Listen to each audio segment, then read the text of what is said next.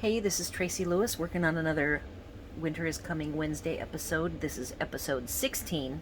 We are working in DSPs for the next few episodes because I haven't done a lot with DSPs and I just got a bunch on sale during the month of October's 15% off DSP sale. And so I'm going to do a little summary of how I handle DSPs as they come in, storage of them, and then this week's card layout is a strip design, and I'm going to give you some tips on that. I will probably, I'm not sure if I'll be able to finish these cards. I won't, it takes too much time to do them on a video. So I have a finished card, some strips, and some layouts to show you. And then I will put either in this week's showcase if I get them done, or next week's showcase if I don't get them finished. So first, when I get 12 by 12s, I decide by looking at the patterns if they can be a 4 by 6 or a 6 by 6. Poinsettia Place is a set that and then I store them in freezer quart bags. We buy the high volume 75 bag packaging, and they are freezer double zip bags. I like that I can write on them, and then when they retire I get to just take them. If I haven't cut all of the pieces up, I will finish cutting all the pieces up, put them in these baggies, and put them in storage. So you can see Poinsettia Place has some 4 by 6s and it has a 6 by 6. The horizontal and vertical of the wood meant that so I can use either vertical or horizontal, I needed to cut it in a 6 by 6. So that is my strategy when I get packaging. I usually will cut just one sheet at a time. Libby and I often split our orders. If you have a buddy and you would like to have more DSP options, find somebody to buddy up with, or find a share that you can get. I don't do shares since I'm on the road. I can't get that much inventory and try to manage it in such a small space. So I didn't have any with the plush velvet vellum. You can see all of it was cut down to 4 by 6s because I felt that the patterns were fairly neutral, though now I'm staring at this one. I think I only did one sheet worth, and this pattern still could be horizontal or vertical. So I did not see a variety or options on that one. So that's 4 by 6s. All of the patterns, this set I haven't labeled.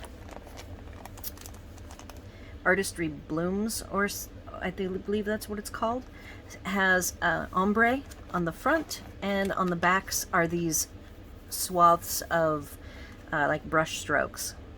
It looks like on like a oil or acrylic, and it can go horizontal or vertical, so I cut all of these in 6 by 6s. The Forever Greenery also has mostly 6 by 6s. I can see. Sorry, I just dropped one. Alright, so on to strips. Now we're down to the strips. There are 2 sets that I am working on.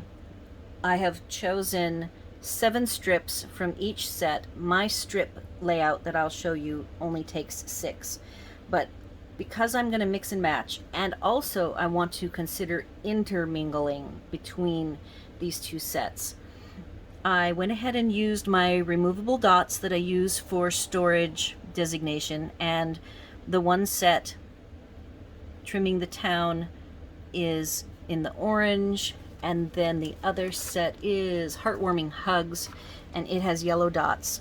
And I also have these dots being removable. They can be side to front to back. So if I decide that I like this pattern and I don't have it, I can choose to move the dot to the other side so that I know which side, if they all get mixed up, or in this case I'm not going to have time to finish today. So this gives me, I can figure out what I want, or I can just leave it just like it is, and I can slip these strips back into their baggies, put it away for later. Underneath this set of strips I have because I'm going to make 2 more cards, I have enough pieces to put these on the 2 cards, but I want to show you what the under pieces mean. Alright, so I've got my orange and my yellow.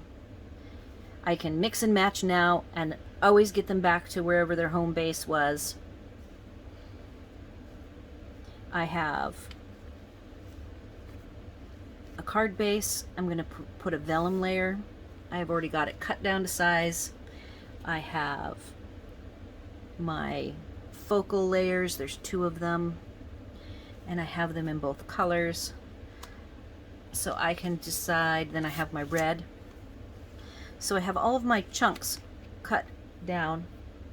So I could decide that I want to mix and match depending on if I want to intermix. I could decide to go all one color.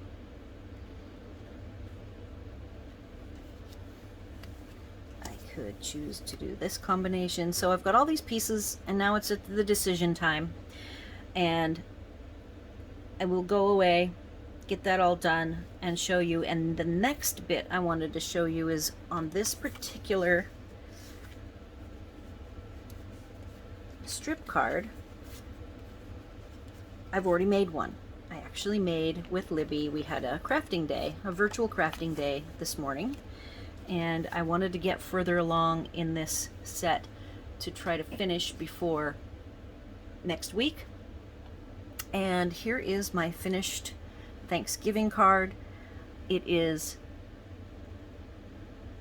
the poinsettia set. Let me get the name, since these are new to me. Poinsettia Place is what it's called. And the front of it is earth tones with some red, and the backs are greens. So you'll see that I used greens and then picked the one of the wood tones was the wood pattern, and I made that vertical. Then I did the double layer label, and in between I put the trim. If you wanted, you could put the trim underneath all the way so that less of the trim shows. And then I added colored pearls colored with soft suede. I think it was light soft suede, and then the gold glitter dots. So these 2 other cards are going to look very similar to this. I haven't figured out the trim and haven't figured out the embellishments yet. So the final thing I wanted to share is my strategy for these strips. This card design was from a Pinterest pin that I will have linked over in my blog article if you want to see it. The person did a seaside spray and white and silver, so it was like a winter with the frost that carried over from last year. It's not called First Frost, but it has frost in the name. I did not look it up. And that is, I will probably do one of those, but because that or somebody already did that, I didn't want to mimic them exactly. Or they did some different things with the trim, and they also did their sentiment on this layer rather than doing the double layer. And so I did the double layer. So I used for the strips, you can finish them any way you want. I have a punch that I like, and I'm going to finish using the right side punch, but you could use the left side, or there's actually another new punch that's fishtails that you can use as well. The exact width that I used was figuring out what would slide in to this, into the channel, and then on the back. So I did 11/16.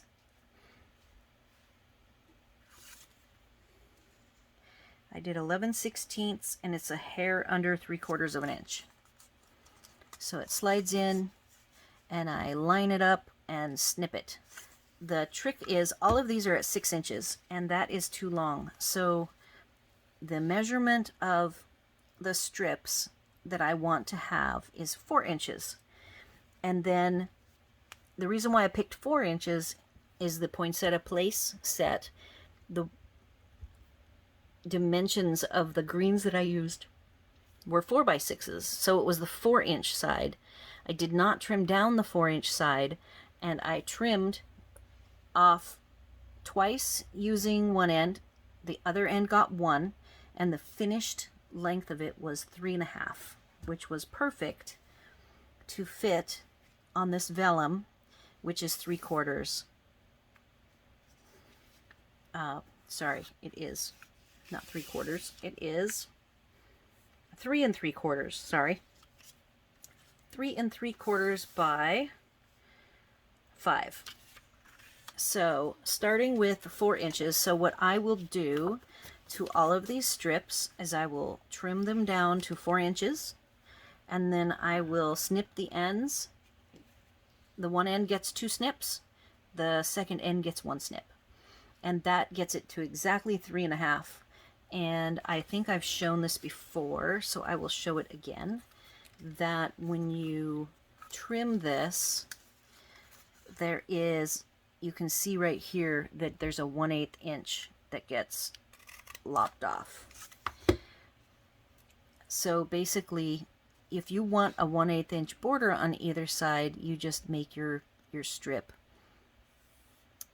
the 1/4 inch longer, snip both sides once. But I already had a 4-inch length, so that's what I started with, and I didn't even want to get into trying to trim and having my trims be not perfect, because I used my bulk cutter to get them down to 4x6. So I just worked with keeping them at 4x6 and found that an extra snip then ended up with the final dimension of 3.5. So I'm going to go away now. Those are my tips for that. Remember, removable dots, you know, you could use washi. The only thing with washi tape that I recommend is that washi, though removable, is still pretty tacky when you first start it. So always put it on your clothes a few times to pick up some of the fuzz, and then it'll be nice and soft, and it will not tear your paper when you go to peel it off. So that is an alternative to the dots method, and just use 2 different washi patterns. Be sure when you're trimming your papers down that you look at both sides, so that in the case over here, I have this strip is a house and the blue, and I want the house and the blue. So I had to pick, these houses aren't all lined up perfectly, so I had to pick, the houses had to be vertical, the snowflakes didn't matter. So just be sure you check both sides and make sure that you have both sides being cut so that they can be used. And then I used one of the 6x6s, cut out both of these. I actually used one side to do the snowflake and the other side to do the house, because I liked the houses at the other end. Same with the people. I needed the people to be vertical, and we've got some diagonal stripes, and the wreath is the same thing too. It also, so the anything that's directional, like the trees, houses, wreaths, and people, you want to be careful with where you organize it. And then when you get to cutting, be sure to check.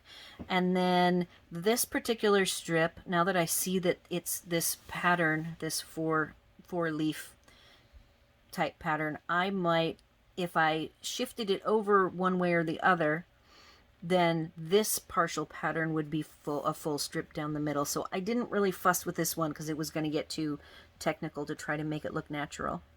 I did make sure that this plaid ended up with some white vertically along both sides, and I did have to shave off a little bit off the end to get started. I think it was a red line that was the start of it, and I wanted it to start with white so that both sides would be white.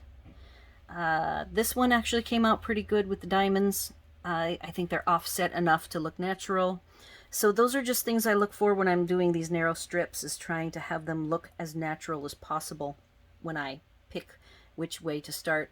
You can either look through all of your 6x6 squares and pick which one you want to start with, or you can just grab one. And what I did is I just on this plaid, I had to trim like a 16th off, just a little thin edge to get the red off to white. So you can pick your own strategy, and it takes time to figure out whatever you want your method to be for cutting your strips. And since they're front backs, trying to identify them, I had to come up with a strategy to make sure I was going to be able to put these away now, since I have plans now, and get these stored, but in a way that I can quickly get back to it when I'm back to making the cards. And I will for sure put the photograph of the Thanksgiving card that I made at the end as a showcase. And then if you have any questions, concerns, or comments, as always, leave them on YouTube. Tell me your thoughts. If you have any tricks or tips you want to share, I'm getting really good feedback from people sharing.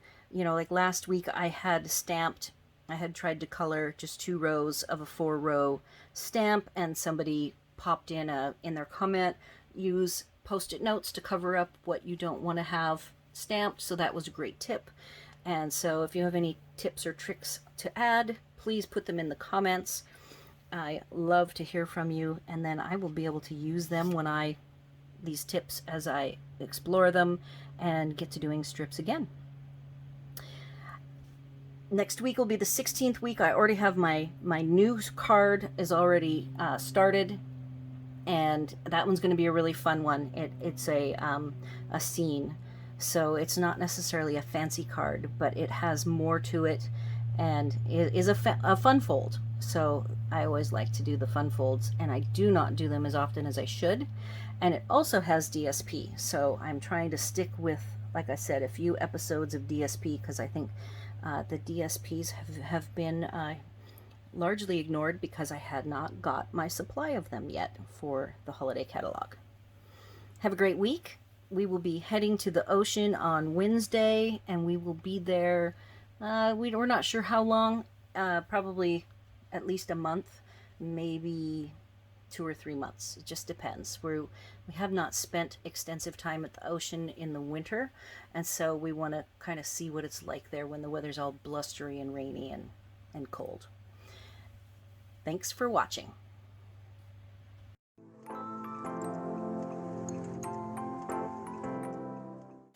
All of the products you've seen demonstrated today from Stampin' Up! Are available on my store at stuffandthings.com/shop, which redirects you to Stampin' Up!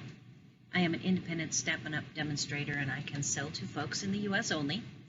Before you go, please like this video, leave your comments, questions, and suggestions, and remember to subscribe to my channel for more card making tutorials.